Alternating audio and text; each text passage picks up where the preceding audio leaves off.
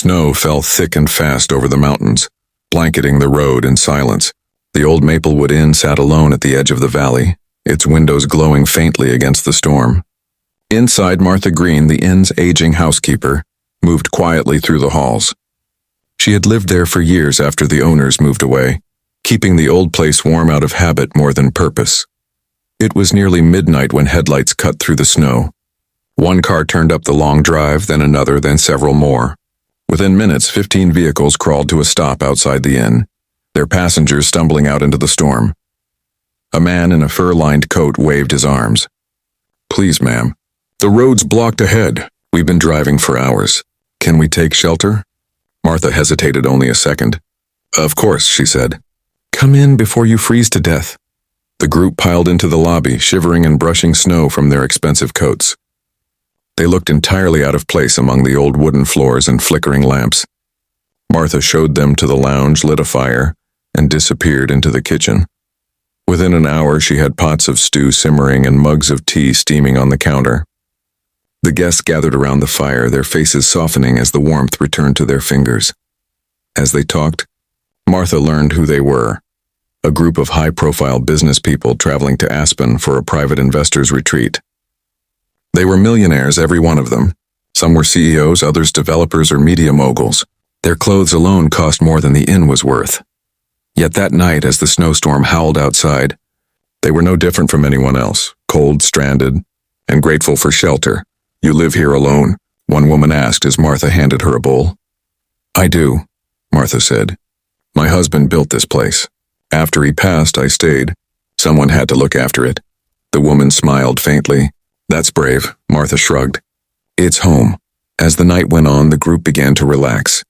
They laughed, shared stories of business deals and bad flights, even helped Martha wash dishes when the power flickered and the lights went out. When they offered her money, she waved it away. "You don't pay for kindness," she said. "Not on a night like this." Her words settled over them like the snow outside. For people used to buying everything, the gesture felt foreign. By morning, the storm had passed. The sky was pale blue, the sun glinting off fields of white. Martha brewed fresh coffee and stepped outside to clear the steps, and froze. Down the long driveway, the inn's yard was full of vehicles, dozens upon dozens of them. Sleek black cars, limousines, armored SUVs, over 100 lined up neatly in the snow. Drivers stood beside them in coats and gloves, talking into radios. Martha turned as the guests came downstairs, still half asleep. "What on earth is all that?" she asked. Jonathan Reed, one of the men, grinned sheepishly. "Our people, assistants, security, PR teams, they must have been tracking us all night. When they realized our phones were dead, they sent everyone out to find us." The quiet of the mountain morning had turned into organized chaos. Dozens of staff rushed to open doors, carry luggage, and prepare convoys back to civilization. Before leaving, each of the millionaires stopped to thank Martha. One woman hugged her tightly. "You reminded us what real generosity looks like," she said. Another man pressed a business card into her hand. "If you ever need anything, you call me." Martha just smiled. "I'll be fine. Take care getting home."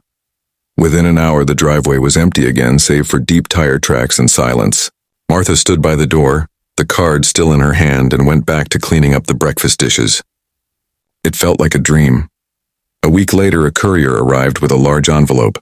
Inside was a letter written on thick cream paper. "Dear Mrs. Green, you welcomed us when you didn't have to. You reminded 15 people who measure everything in profit what true worth looks like. We've decided to restore Maplewood Inn in your honor. Enclosed is a small token of thanks. Attached was a check, $15 million. Martha sat down at the kitchen table, tears filling her eyes. Outside, snow was falling again, soft and quiet.